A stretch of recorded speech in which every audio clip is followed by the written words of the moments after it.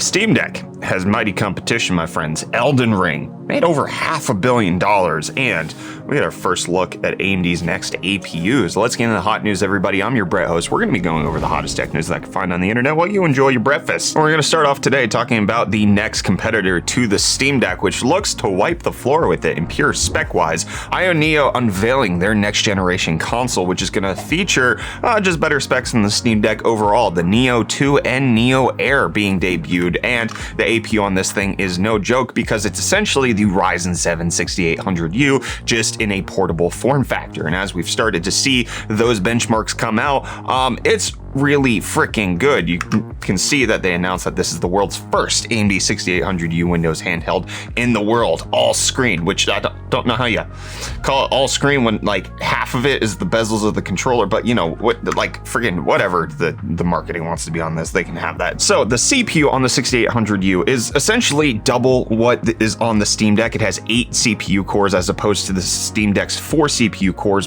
but the Steam Deck's only Zen 2, whereas the 6800U is Zen 3 Plus, so it's going to be much faster on that side. But on top of that, while the Steam Deck does have RDNA 2 graphics in its APU, the Neo 2 will have the Radeon 680M, which in preliminary benchmarks that have been coming out, it's like a GTX 1650. Again, this is going to be packed in a handheld. 12 RDNA 2 compute units versus the 8 that's on the Steam Deck, but also at a higher clock speed. It's also getting LPDDR5 6400 MHz RAM, PCI Express 4.0 storage, and USB 4.0 ports. This is going to be a crazy handheld console, and it's in a pretty decent form factor. This reminds me a lot of the company I won't name, their handheld controllers from their entertainment system back in the day, the Famicom, whatever it was called, but also them announcing the Neo Slide. I think I called it the Air earlier. That's my bad. It's the Slide, and it's got that whole like T-Mobile sidekick thing going on where you can slide it out. Has the exact same specs as the Neo 2, but here's the important bit, my friends, coming close. There is no release date, there is no pricing, and we just don't know anything about it. Honestly, while this has me super excited, I love seeing high-end APUs in portable stuff. I can't wait for the next-gen desktop APUs. The fact that they don't have a release date, they don't have a price, and they just launched the Neo Next, a lot of this screams to me the fact that they were just like, hey, don't forget about us. We know the Neo Next was not anywhere near what the Steam Deck is, but we'll have something cool eventually, which, like, is this going to come out later this year? Is it going to be early next year? Again, Neo doesn't really compete with the Steam Deck on price. I'd probably expect it'd be over $1,000 for this stuff, whereas the Steam Deck starts at $400. You add in 1 terabyte of storage, you're at $600. You get the highest one, $650. It's about half the price of what the Neo 2 is supposed to cost, at least in general speculation. I'm excited for it, but it also feels like I will only believe it's a legitimate competitor, number one, when it comes out, and number two, if the Steam Deck 2 hasn't been announced at that point, or whatever the next upgrade path will be. And furthermore, on that point, I'm actually really curious what Valve's upgrade plans will be for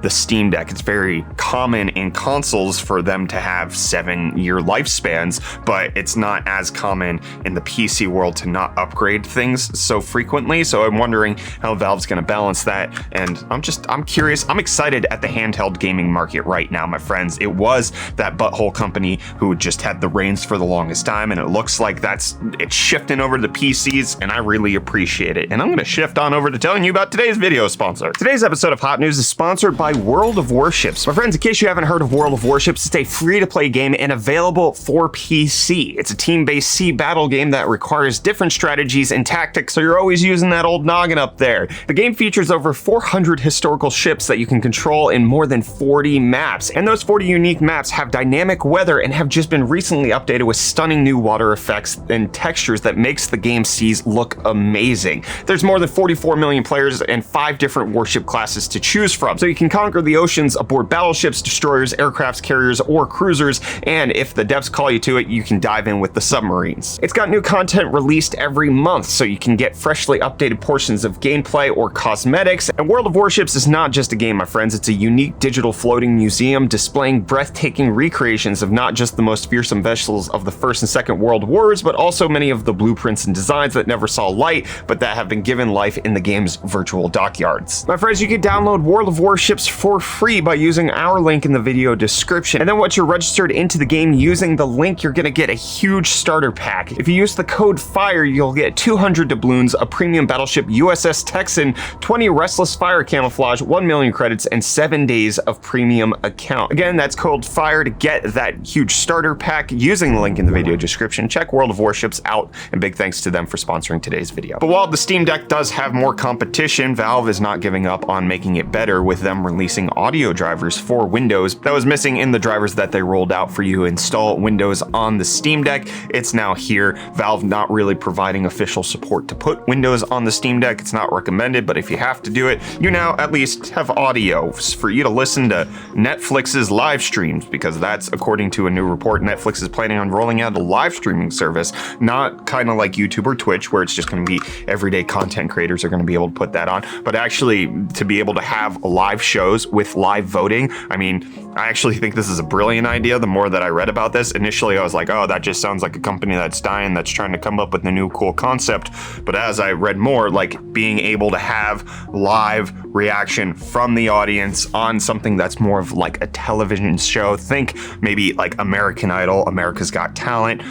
That's a lot of Americans things. Big Brother, where you can actually potentially get involved live on whatever's happening. Survivor maybe, but on a Netflix show.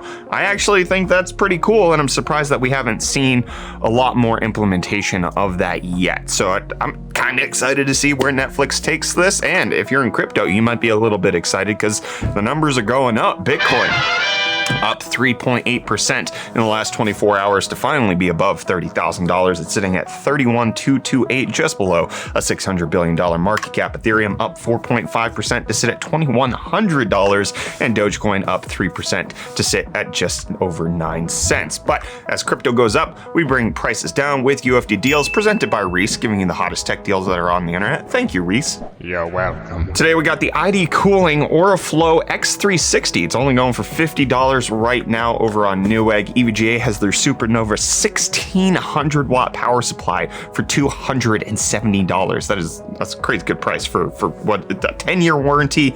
I mean, crazy power supply, crazy price. And Reese coming in with an audio deal. If Reese recommends audio, I listen to him because he knows his stuff. The Kanto YU2 PC gaming desktop speakers, $180 right now. That's 20% discount, lowest price in 30 days. Especially this white version looks really good. Looks very similar to my what are these? These are my Audio Engine 2 Pluses.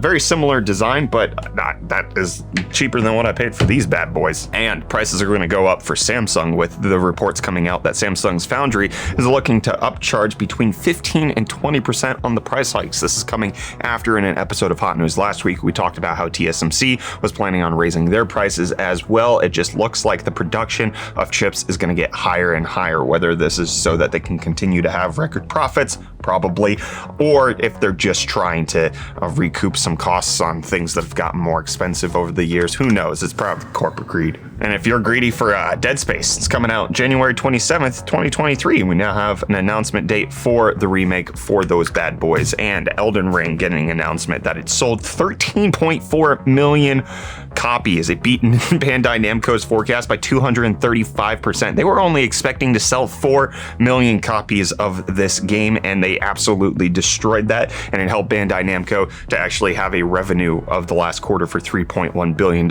of which, if you just do some quick math, assuming an average sale price on the game of $50, that's $670 million brought in by Elden Ring alone. I haven't really seen it on sale. That's obviously assuming an average price, but that's still, even if you discount, that's a ton of cash being brought in by them. But you want to talk about a better known game of, what's it called? Dolmen. That's the game everybody's talking about right now, because it's been announced that Intel's XeSS super sampling technology will be debuting with that game on May 20th. So just later this week. This is after AMD launched FSR 2.0 at the end of last week, and with the game developers saying that they have a partnership with Intel to get XeSS on day one. So it should be available. Intel hasn't actually given us the release date of this, so it's Kind of weird that a game developer is saying this on a game I personally haven't heard of. No disrespect to them. And also they say that Intel's going to have it released in the day one patch, but given Intel's previous history of things we talked about again last week of them not meeting their own graphics drivers deadlines, I'm not trusting this. Probably, I mean, it'd be great if it does debut, but I don't trust Intel to meet their deadlines that they're sending for their GPUs. But this is a deadline I set for my heart, which is AMD's APUs. I love them so much. They're my favorite thing.